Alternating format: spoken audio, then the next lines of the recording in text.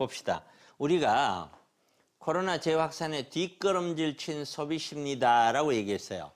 그러니까 소비를 일으켜야 우리가 정부 GDP라고 하는 거는 소비 플러스 투자, 그렇죠? 소비 플러스 투자, 정부 지출, 수출 빼기 수입 이렇게 하는데 여기 있는 소비가 늘어나야 GDP가 늘어나는 거예요.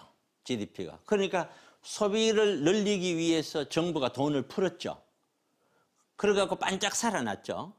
풀린 돈이에요. 8월 31일까지 쓰라고 했으니까 안 쓰면 안 되니까. 그러고 나서 다시 심리가 다시 죽죠. 이거는 전반적으로 경기를 살릴 만큼의 돈은 아니라는 것이죠. 그러고 나서 3월 이후 최대 낙폭이 됐다. 당연히요. 경기는 지금 살아나 있는데 우선 돈을 줘가지고 너 이거 언제까지 돈을 써 하니까 그 돈은 우선 쓸 거 아니에요. 쓰고 나서 그걸 팔았는 사람들은 그 돈만큼 가져갔을 거고 그럼 그 사람들도 그 돈만큼 자기가 받았는 만큼은 쓸 것이고 그 다음에는요. 쓸 수가 없죠. 경기가 나빠지고 하는데 돈을 어떻게 써요. 잘못하면 망하게 생겼는데 못 쓰죠. 결국에는 경제는 살아나지 않고 부동산 주식 투자 열풍인데 가계 기업 부채는 한국 경제 규모의 GDP의 2배를 웃돈다 이런 얘기. 경제 규모 전체의 2배가 가계 기업 대출이라는 거예요. 결국에는 이 기업 부채는 누가 부채를 갖고 싶어서 하겠어요?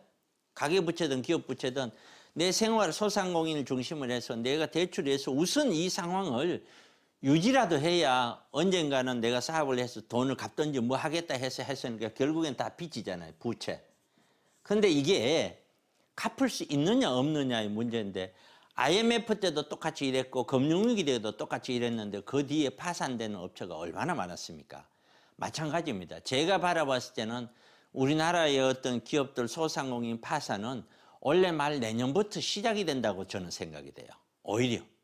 그만큼 어려울 것이다. 파월 미국에 있는 파월 미국인들 대출 못 갚고 집에서 쫓겨날 수가 있다. 왜? 미국도 마찬가지예요. 돈이 풀려 있으니까 대출 받아가지고 집을 샀는데 이게 집값이 계속 올라주지 않으면은요. 어떻게 해요? 거기에 있는 대출을 갚아야 되는데 갚아줄 수 있는 능력이 없죠. 내가 일을 해서 그만큼 갚아야 되는데 쉽지 않단 말이에요. 쉽지 않으니까 쫓겨날 수 있죠.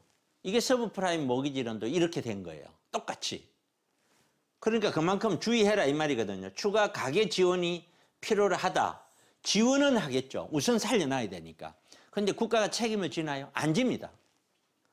IMF는 많은 신흥시장 경기에 여전히 위태롭다고 봤고 전 세계 4분기 기업 파산이 급증한 거라고 예상을 하고 있고요. 국토연구원에서는 우리나라죠. 이렇게 나왔어요. 강남 4구하고 세종시 아파트 가격이 거품일 가능성이 굉장히 높다. 반포 3주구에서는 재건축 초과이익 환수제로 각 세대별로 4억대, 목동 9단지는 안전진단에서 탈락. 이제 안전진단 대상이 올해 말부터는 서울시로 넘어가요. 그러면 더욱더 안전진단이 어려울 거예요. 둔촌 적응은 결국에는 분양가 상한제로 갈 수밖에 없다. 분양가를 낮출 수밖에 없으니까 사업성이 그만큼 낮아지겠죠. 거기에 상가 임대차 보호법을 또 개정해서 6개월 동안 임대료 연체사에도 계약 경신 함부로 못한다 하면서 묶어놓고 있어요. 지금 투자자들이 여러분들이 한번 생각해 보세요. 여러분들이 할 수 있는 게 뭐가 있는지. 지금은 냉철하게 판단해서 여러분이 원하는 걸 해서 되는 게 아니고요. 이 사회가 원하는 것 쪽으로 가닥을 잡고 종전보다 편하게 가려고 하지 말고 어렵게 한 걸음 한 걸음 가야 되는 그런 시기예요. 그렇게 가지 않으면 결코 어떤 사람들도 이 시기에서 승리자가 될 수가 없어요. 그렇기 때문에 단순한 생각은 다 좀 버리시고 과거 생각 다 버리시고 지금부터는 새로운 마음으로 미래에 맞추어서 내 자산을 재편성하고 끌고 갈 수밖에 없다. 그런 말씀을 꼭 드립니다. 그래서 지금 코로나 상황이기 때문에 저도 세미나를 하는데 이번 주에는 제가 토요일, 일요일 날 세미나 할 거예요. 근데 다음 주는 추석이잖아요. 세미나 안 할 겁니다. 다음 주는. 그래서 이번 주는 세미나 내일 모레 계속 하니까 많이들 오셔서 좋은 시간 됐으면 좋겠습니다.